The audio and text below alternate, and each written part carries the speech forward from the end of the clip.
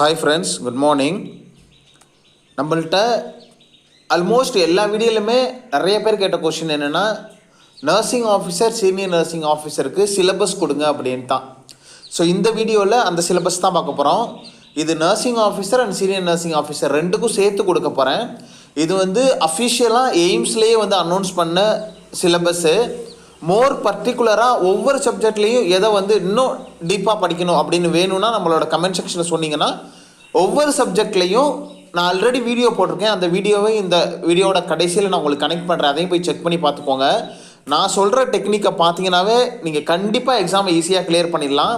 ஆனால் ஓரளவுக்கு ஐடியாவே இல்லாமல் நீங்கள் போய் எக்ஸாம் எழுதிங்கன்னா உங்களுக்கு waste of time, waste of energy, waste of money, எல்லாமே வேஸ்ட்டு. ஸோ அதனால் ஓரளவுக்கு ஐடியாவோடு நீங்கள் போய்ட்டு எக்ஸாம் எழுதுனீங்கன்னா தான் எக்ஸாமை கிளியர் பண்ண முடியும். சும்மா நானும் போய் எக்ஸாம் எழுதுறேன்னு பணத்தை வேஸ்ட் பண்ணாதீங்க, எனர்ஜியை வேஸ்ட் பண்ணாதீங்க, டைமை வேஸ்ட் பண்ணாதீங்க, உங்களோட எஃபோர்ட்டை வேஸ்ட் பண்ணாதீங்க. ஸோ பிளான்டாக போங்க, எக்ஸாம் நல்லா எழுதுங்க. கண்டிப்பாக எக்ஸாமை ஈஸியாக கிளியர் பண்ணிடலாம். பெரிய விஷயமே கிடையாது. ஒரு குறிப்பிட்ட பர்சன்டேஜ் மார்க் எடுத்தாவே இந்த கொஷின்ஸ்லாம் ஈஸியாக இந்த எக்ஸாமை கிளியர் பண்ணிடலாம் அப்படின்ட்டு ஒரு க்ரைட்டீரியா இருக்குது. ஸோ அதையும் அந்த வீடியோவையும் இந்த வீடியோவோட லாஸ்ட்டில் நான் கனெக்ட் பண்ணுறேன். அதையும் நீங்கள் செக் பண்ணி பார்த்துக்கோங்க. ஸோ மோர் பர்டிகுலராக இந்த சப்ஜெக்டில் நம்ம கொடுத்துருக்க டாப்பிக்கில் இன்னும் என்ன டீப்பாக படிக்கணும், பர்டிகுலராக இதில் என்னென்ன படிக்கணும் அப்படின்னு வேணும்னா நம்மளோட கமெண்ட் செக்ஷன் சொன்னீங்கன்னா ஒவ்வொரு சப்ஜெக்ட்லேயும் இருந்து நான் என்னென்ன படிக்கணும் அப்படின்னு நான் உங்களுக்கு சொல்கிறேன். ஸோ இதில் பேசிக்காக ஒவ்வொரு சப்ஜெக்ட்லையும் என்னென்ன படிக்கணும் அப்படின்னு சொல்கிறேன். இது சீனியர் நர்சிங் ஆஃபீஸருக்கு பின்னாடி சொல்கிறேன், இது நர்சிங் ஆஃபீஸருக்கு உள்ளது. ஸோ அனாட்டமி ஃபிசியாலஜியை பொறுத்த வரைக்கும் உங்களுக்கு வெரி மினிமலாக தான் கொஷின் கேட்பாங்க. ஸோ ஸ்டேஜ் 1 தான் கேட்குறதுக்கு சான்சஸ் இருக்குது. பட் மற்ற எக்ஸாம்பிள் எல்லாம் கேட்குறதுக்கு சான்சஸ் இருக்குது. ஸோ மினிமலாக பார்க்க போனால் கூட ஒரு 2-3 கொஷின்ஸ் வரதுக்கான சான்சஸ் இருக்குது. பட் வெரி பேசிக் அப்படிங்கிறதுனால கண்டிப்பாக தெரிஞ்சு வச்சுக்கோங்க. போனு, அதோட டைப்பு, ஸ்ட்ரக்சரு, ஃபங்க்ஷன், தென் ஜாயின்ஸில் கிளாசிஃபிகேஷன், ஸ்ட்ரக்சர், அதோட ஃபங்க்ஷன், பிளட்டில் என்னென்ன காம்போசிஷன் இருக்குது, கிளாட்டிங் ஃபேக்டர்ஸ் என்ன, கிளாட்டிங் ப்ராசஸ் என்ன, blood group matching, cross matching, blood product and their usage and storage அதை படிக்கணும். தென் ஹார்ட்டை பொறுத்த வரைக்கும் position, structure, conduction system, function and cardiac cycle படிக்கணும். Normal respiration and its deviation. So respiratory சிஸ்டத்தை பொறுத்த வரைக்கும் நார்மல் ரெஸ்பிரேட்டரி ஃபங்க்ஷன் என்ன, அதில் உள்ள சேஞ்சஸ் என்ன. மெட்டபாலிக் சிஸ்டத்தை பொறுத்த வரைக்கும் meaning and metabolism of the food constituent, regulation of the body temperature, fluid and electrolyte balance. இதிலிருந்து ரிப்பீட்டடாக கொஷின் கேட்பாங்க. அனாட்டமி ஃபிசியாலஜியில் மோர் இம்பார்ட்டண்ட்டாக என்னென்ன கேட்பாங்கன்னு அடுத்தடுத்த வீடியோவில் நான் உங்களுக்கு சொல்கிறேன். இப்போது பேசிக்காக என்னென்ன படிக்கணுங்கிறத சொல்லிடுவோம். சென்ட்ரல் நர்வஸ் சிஸ்டத்தை பொறுத்த வரைக்கும் ஸ்ட்ரக்சர் அண்ட் ஃபங்க்ஷன்ஸ் படிக்கணும் அனாட்டமி ஃபிசியாலஜியில் மட்டும். Autonomic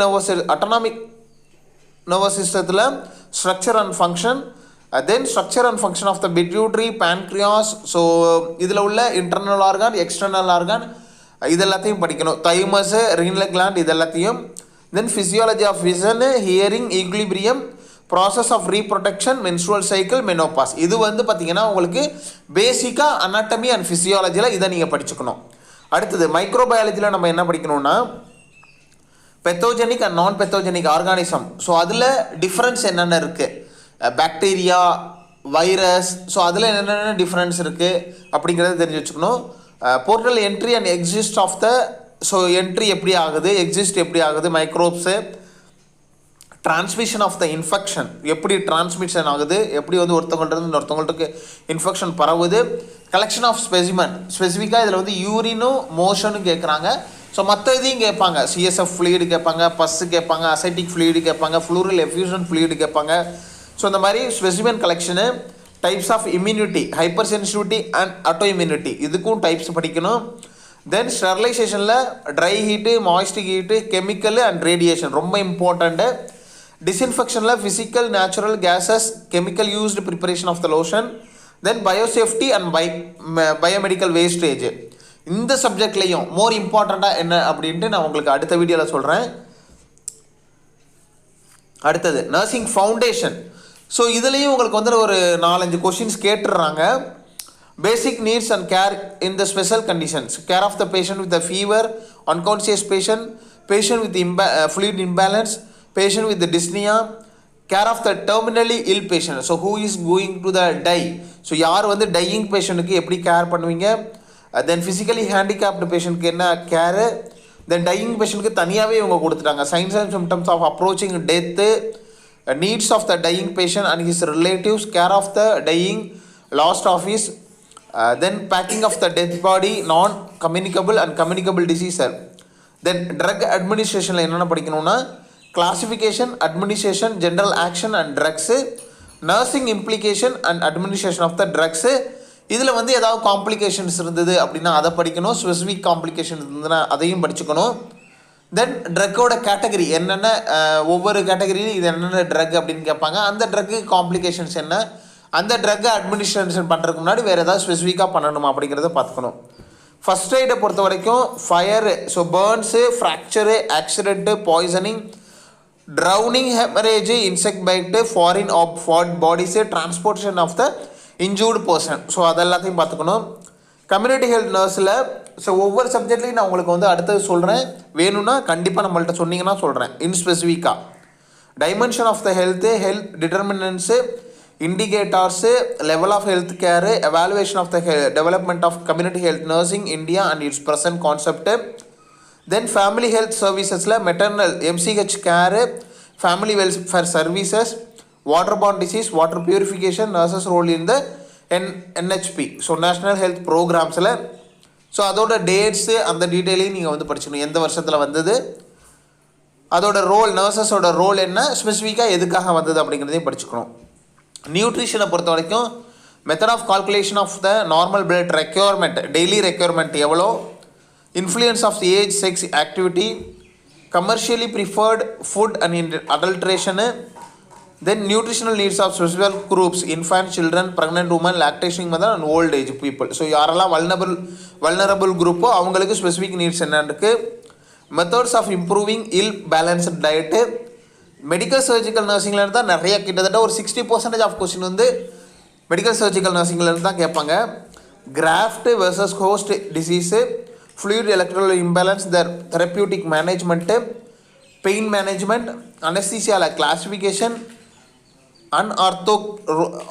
role of the nurses in anesthesia, post-operative management, observation, prevention of management management of patient with impaired respiratory function, then intensive ICU care, endocrinial disorderல உங்களுக்கு வந்து management, renal failure dialysis, then management of patient with impaired respiratory function, respirative intensive care, health problems, elderly health, medical surgical emergency என்னென்ன, cancer அதோட classification எப்படி பண்ணுறது, அதோட markers, prevention, treatment modalities, chemotherapy, radiation therapy, infestation, so infectious and non infectious disease, burns and management, then eye, nose, throat, their management and disease, then வந்து பார்த்திங்கன்னா cardiovascular disease management, ICU, சிசியூ, மற்ற அந்த intensive care யூனிட்னால உள்ள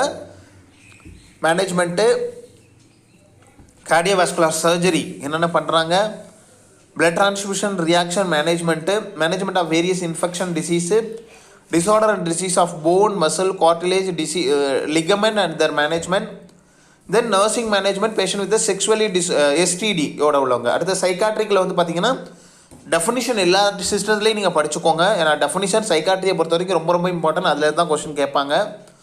trends என்ன இருக்குது, prevention எப்படி பண்ணலாம், so during childhood, adulthood, அடலசன்ஸில், தென் மென்டல் டிஸார்டரோட கிளாஸிஃபிகேஷன், ஸ்பெசிஃபிக்காக schizophrenia, mood disorder, then depression, சைக்கோசிஸு, ஆன்சைட்டி ஸ்டேட்டு, தென் ஃபோபியா பற்றி படிச்சுக்கணும், ஃபோபியாவில் என்னென்ன கிளாஸிஃபிகேஷன் இருக்குன்னு படிச்சுக்கணும், then OCD, depressive neurosis, conversion disorder, dissociative reaction, hypochondriasis, psycho active disorder, alcohol, drugs and other psycho active substance abuse, so addiction டிஸார்டரை பற்றி படிச்சுக்கணும். Classification of the drugs, antipsychotic, antidepressant, so இந்த சொல்லியிருக்காங்க பாருங்கள். தென் டைப்ஸ் ஆஃப் தெரப்பீஸ் ரொம்ப important, group therapy, behavioural therapy, occupational therapy, role of the nurse அதில் என்ன, psychiatric emergency, crisis intervention, then forensic psychiatric, legal aspects. Midwifery and கைனகாலஜியில் ஓபிஜியில் பொறுத்த வரைக்கும் எம்ப்ரியாலஜி படிக்கணும், ஃபீட்டல் டெவலப்மெண்ட் படிக்கணும், ஃபீட்டல் சர்க்குலேஷன் படிக்கணும், ஃபிசியாலஜிக்கல் சேஞ்சஸ் இந்த ப்ரெக்னன்சி படிக்கணும், அதில் உள்ள சிம்டம்ஸ் என்னென்ன, படிக்கணும். கன்ஃபர்மேட்டிவ் சிம்டம்ஸ் என்னென்ன, மற்ற சிம்டம்ஸ் என்னென்ன அதில் வருதுங்கிறத படிக்கணும். ஸோ ஹார்மோன்ஸ் சேஞ்சஸ் பற்றி படிக்கணும். தென் வந்து பார்த்திங்கன்னா உங்களுக்கு prenatal care objective, history taking, calculation of the EDD LMP, management of women in the labour, full லேபரை படிக்கணும், அதோட காம்ப்ளிகேஷன் படிக்கணும். Then high risk pregnancy, high risk labour management, fertility and infertility. பீடியாட்ரிக்கை பொறுத்த வரைக்கும் அதே மாதிரி தான், டெர்மினாலஜிஸ் எல்லாத்தையும் படிச்சுக்கோங்க. Characteristic of new born, physiological status of new born, emerging challenges, nursing process related to paediatric nursing, then preventive paediatrics, high risk new பார்னு, then growth and development பற்றி படிக்கணும். அதில் உள்ளது nursing intervention of the adaptation of the nursing care sick child, then children with various systemic functional disorder. Then இது வரைக்கும் நீங்கள் வந்து பார்த்தீங்கன்னா உங்களுக்கு நர்சிங் ஆஃபீஸருக்கு உள்ள சிலபஸ். சீனியர் நர்சிங் ஆஃபீஸருக்கு பொறுத்த வரைக்கும் நீங்கள் போனீங்கன்னா அட்மினிஸ்ட்ரேஷன்லேருந்து வரும், மேனேஜ்மெண்ட்லேருந்து வரும், நர்சிங் எஜுகேஷன்லேருந்து வரும், ரிசர்ச்லேருந்து வரும். ஸோ அது வந்து நீங்கள் எக்ஸ்ட்ரா படிச்சுக்கணும். அது வந்து நர்சிங் ஆஃபீஸர்லேயும் கேட்குறதுக்கு வாய்ப்பு இருக்குது. எஸ்என்ஓ ஏஎன்எஸ் இதுக்கு போகிறப்போ உங்களுக்கு அட்மினிஸ்ட்ரேஷன் மற்ற சப்ஜெக்ட்லாம் படிக்கணும். இது வரைக்கும் நீங்கள் நர்சிங் ஆஃபீஸருக்கு பார்த்தீங்க. இதில் வந்து ரிப்பீட்டட் கொஸ்டினை மட்டும் நர்சிங் ஆஃபீஸருக்கு பார்த்து வச்சுக்கோங்க. ஸோ இதுதான் அட்மினிஸ்ட்ரேஷனை பொறுத்த வரைக்கும் definition, nature of philosophy administration, nursing administration, concept, principle, comparison of the administration and management, role of the nurse in manager as a manager. Then management ப்ராசஸில் பிளானிங்கு, அதோட மீனிங்கு, டெஃபினிஷன், இம்பார்ட்டன்ட், நேச்சர் அதெல்லாம் படிச்சுக்கோங்க. Then staffing, அதோட meaning, definition, objectives என்னென்னு படிச்சுக்கணும். Organising, then HR management, budgeting, then material management, directing process leading, then quality management. So management nursing service in hospital and community இதில் planning படிக்கணும்.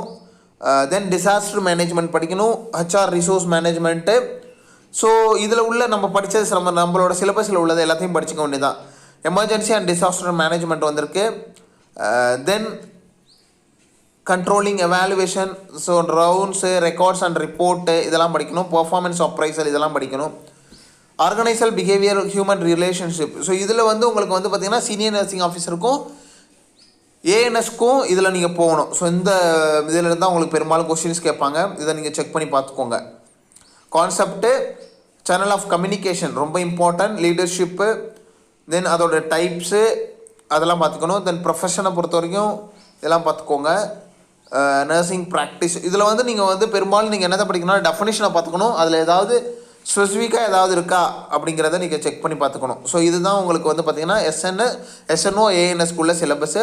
மோர் பர்டிகுலரான nursing officer syllabus பர்டிகுலராக வேணும்னா ஒவ்வொரு டாப்பிக்கும் நம்ம அடுத்தடுத்து எடுத்து போடலாம். ஆல்ரெடி நம்ம ப்ரிப்பேர் பண்ணி வச்சுருக்கோம். இதில் உள்ளதுக்கு உங்களுக்கு வேணும்னா சொல்லுங்கள், நம்ம வந்து ப்ரிப்பேர் பண்ணி போடலாம். Wish you all the best. வேறு ஏதாவது டவுட் இருந்தாலும் நம்மளோட கமெண்ட் செக்ஷனில் சொல்லுங்கள். வீடியோ பிடிச்சிருந்தாலும் லைக் பண்ணி உங்கள் ஃப்ரெண்ட்ஸுக்கு ஷேர் பண்ணிக்கோங்க. யாரெல்லாம் நர்சிங் ஆஃபீஸர் எக்ஸாம் ப்ரிப்பேர் பண்ணணும்னு நினச்சாங்களோ அவங்களுக்கு அந்த வீடியோ ரொம்ப யூஸ்ஃபுல்லாக இருக்கும். தேங்க்யூ.